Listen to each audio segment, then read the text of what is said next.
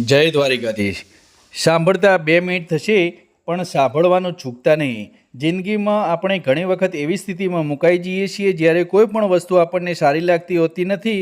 અને મારા તમારા દરેકના જીવનમાં એક વખત તો એવું આવે છે કે મુસીબતો ઘણી હોય પરંતુ એક પણ જગ્યાએથી પ્રેરણા મળતી હોતી નથી અને આપણે જીવનથી નફરત કરવા લાગીએ છીએ।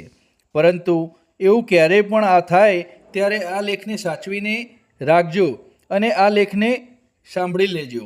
તમે બધા જાણતા હશો કે હોકાયંત્ર કે જેને ઇંગ્લિશમાં કંપાસ પણ કહે છે, તેમાં એક અંદર સોય રહેલી હોય છે જે હંમેશા ઉત્તર દિશા બતાવે છે। સામાન્ય માણસની વાત તો ન કરીએ તો પરંતુ કોઈ માછીમાર અથવા તો દરિયાખેડુ માટે આ સાધન દિશા શોધવા માટે ખૂબ જ મહત્વનું હોય છે અને દરેક લોકો પાસે આ સાધન અચૂક મળી આવે છે।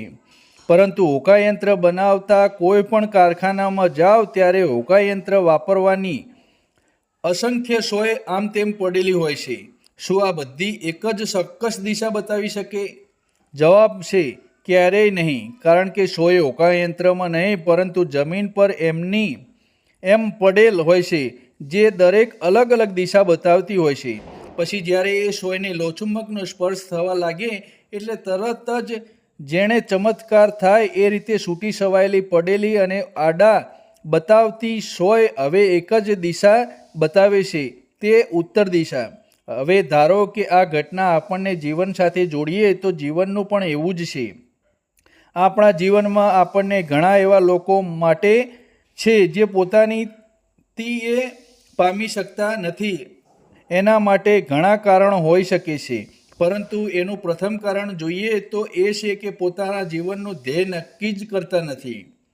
હકીકતમાં તો કોઈ પણ જીવન યોજના બનાવવાની કોશિશ નહીં કરવાથી આપણે ખરેખર તો જીવનમાં નિષ્ફળ થવાની યોજના બનાવી રહ્યા હોઈએ અને આપણને ખબર પણ હોતી નથી।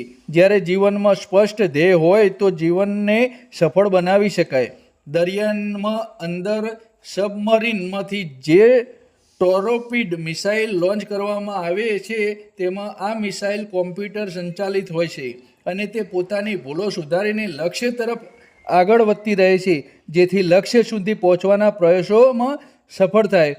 મિત્રો, તમને અમારી આ વાર્તા ગમી હોય તો અમારી ચેનલને સબસ્ક્રાઈબ કરજો। આવી અવનવી વાતો સાંભળવા માટે અમારી ચેનલને સબસ્ક્રાઈબ કરજો।